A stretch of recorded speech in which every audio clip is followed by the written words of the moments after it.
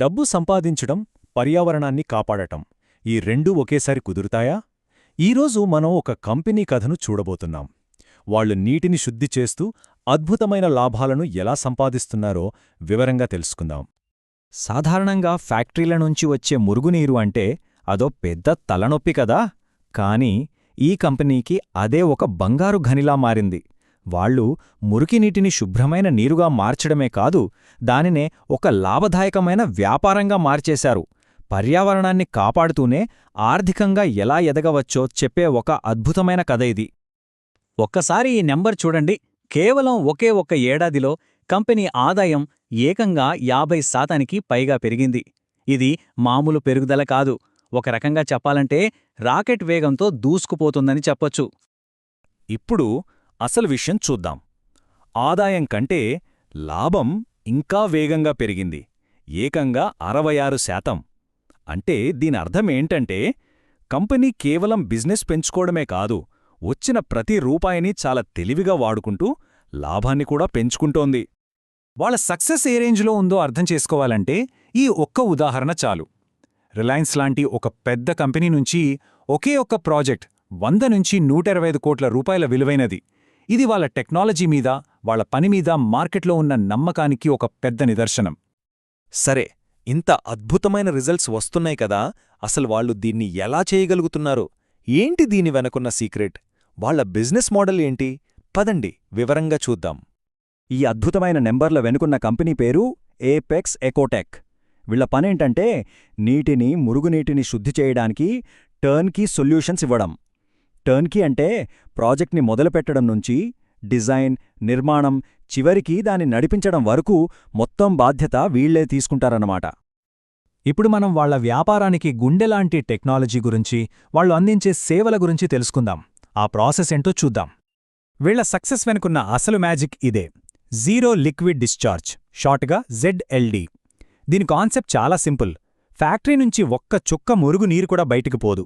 మొత్తం నీటిని అక్కడికక్కడే శుద్ధి చేసి మళ్లీ వాడతారు. దీనివల్ల పర్యావరణానికి మేలు జరగడమే కాదు, ఫ్యాక్టరీలకు నీటి ఖర్చు కూడా భారీగా ఆదా అవుతుంది. ఇప్పుడు మనం చూస్తున్న ఈ ప్లాంటే ZLD ప్లాంట్. ఇలాంటి ప్లాంట్ల వల్లే పెద్ద పెద్ద పరిశ్రమలు నీటి వృధాను అరికట్టగలుగుతున్నాయి. ఇది కేవలం చెత్తను మేనేజ్ చేయడం కాదు, మనకున్న విలువైన నీటి వనరులను కాపాడుకోవడం. సరే, ఈ టెక్నాలజీ అంతా బానే ఉంది, కానీ నిజంగా ఇది పనిచేస్తుందా? ఇప్పుడు కొన్ని రియల్ వరల్డ్ ప్రాజెక్టులని చూద్దాం. వాళ్లు క్లయింట్ల కోసం ఎలాంటి ఫలితాలని సాధిస్తున్నారో మనకే తెలుస్తుంది.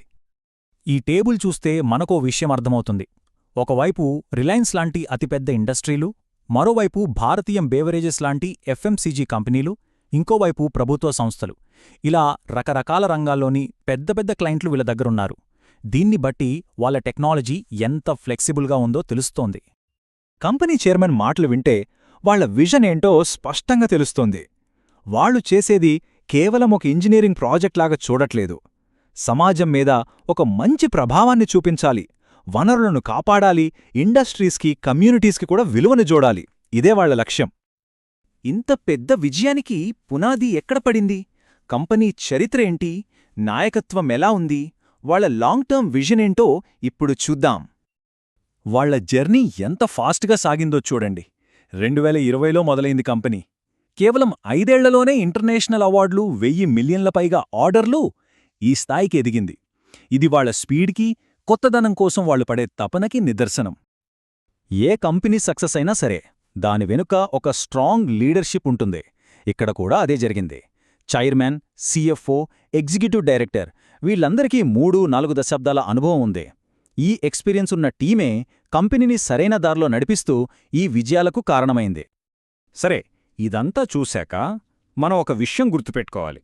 ఈ కథ కేవలం ఏపెక్స్ ఎకోటెక్ అనే ఒక కంపెనీ లాభాల గురించి మాత్రమే కాదు. ఇది ఒక పెద్ద విషయానికి సంబంధించింది.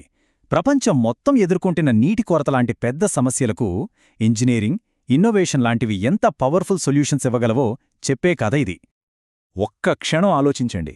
ఫ్యాక్టరీలు వాడే నీటిని మళ్లీ 100% రీసైకిల్ చేయగలిగితే మన నదుల మీద, భూగర్భ జలాల మీద ఎంత భారం తగ్గుతుంది? ఈ టెక్నాలజీ మన భూమి భవిష్యత్తును ఎంతగా మార్చగలదు?